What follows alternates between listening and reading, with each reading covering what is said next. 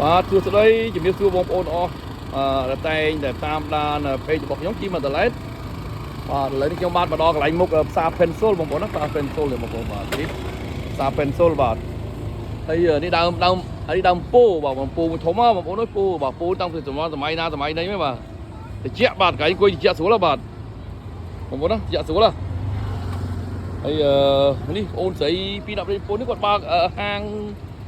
គាត់រស់ស៊ីពីដល់ប្រពន្ធគាត់ដូចស្រោដៃគ្នាបងប្អូនណានេះឆាអីស្អីអូមហូបគាត់ច្រើនបងប្អូនហើយតម្លៃសមរម្យបាទ7000 6000 5000អាចអត់ថ្លៃទេអត់ថ្លៃហ្មងនេះប្រហែលជួន10000អីប៉ុណ្ណឹងទៅតាមការកំងមកភៀវបងប្អូនណាថ្លៃបំផុតបាទប៉ុន្តែខ្ញុំមើលទៅឃើញបងប្អូនស្រីវាមានរបៀបបងប្អូនមានរបៀបរៀបរយបាទឥឡូវអ្វីដែលមានអនាម័យបងប្អូនណាបាទមានត្រឹមត្រូវបាទគាត់មានស្ដាប់ស្នាប់បាទបងប្អូនស្រីបាទហើយពេលភ្ញៀវចេញទៅគាត់ចាប់ដើមសម្អាតបងប្អូនណាប្តីប្រពន្ធគាត់មកល្អបាទអញ្ចឹងយើងគួរតែលើកទឹកចិត្តគ្រប់គ្រងមនុស្សដែលប៉ិនរស់ស៊ីបងប្អូនបាទយើងគួរតែលើកទឹកចិត្តបាទអញ្ចឹងសូមបងប្អូនកូនក្មួយអស់អញ្ជើញមកមុខផ្សារ Pencil ហ្នឹងមកជួយហូបបាទអ្វីដែលអស្ចារ្យនេះមានដើមពោបងប្អូនណាដើមពោមួយនោះតិចមកគ្រប់ដើមពោនេះបាទជាពិសេសនោះមករហូតដល់ខាងនោះបាទຕົកហ្នឹងបងប្អូនណាបាទជាគូក្មេងៗអីស្នេហាថ្មីថ្មោងអាចមកក្រុមដើមពោនេះបាននេះក្បត់តិចាមុខតាអីក៏បាននេះមានតាំងតាទៀតណាអញ្ចឹងអញ្ជើញមកនេះបាទបងប្អូនស្រីល្អពីអភិពន្ធបាទហើយអញ្ចឹងខ្ញុំវីដេអូខ្ញុំធ្វើប៉ុណ្ណឹងបាទឃើញគាត់មានអនាម័យរៀបចំបាទអូប្តីអភិពន្ធមកគាត់ភ្ញៀវចេញភ្លាមសម្អាតភ្លាមបាទអនាម័យយ៉ាងគួរទៅលើកទឹកចិត្តបាទអ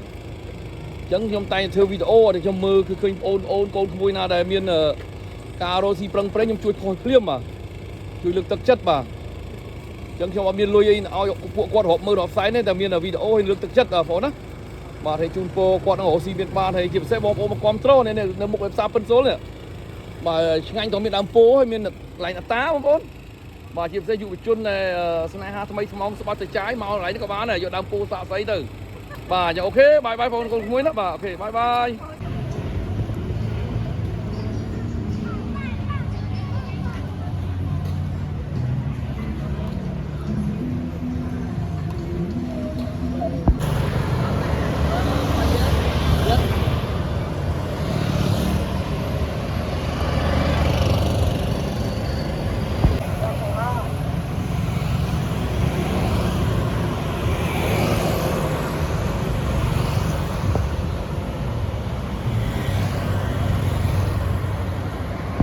ហៅឡូបងប្អូនមកនេះ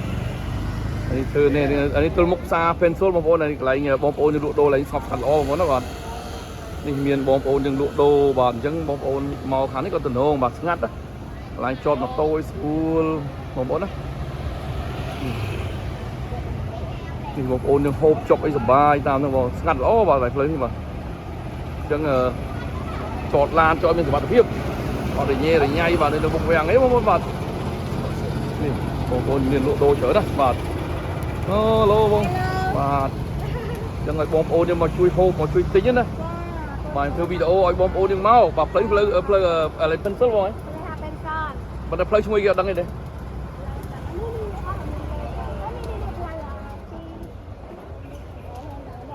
អានេះបាទតូបគេនេះបាទកន្លែងស្កាត់ល្អចង់មកអីហូបអីស្រួលនេះបាទបងប្អូនអត់មានសូវមានឡានសូវមានម៉ូតូរញ៉េរញ៉ៃបាទនេះបងប្អូននេះហូបស្ងប់ស្ងាត់ល្អបាទនេះបាទ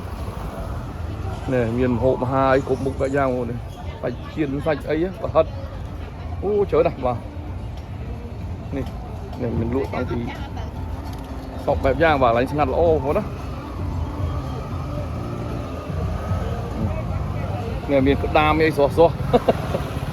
មានដូមានអីបងប្អូនបាទច្រើនណាស់បាទចឹងឡើយនេះស្កាត់ល្អចឹងមក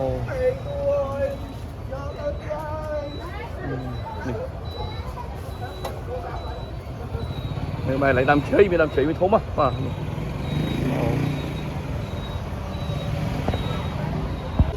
អាងខ្មែរយើងបងប្អូនបាទនេះ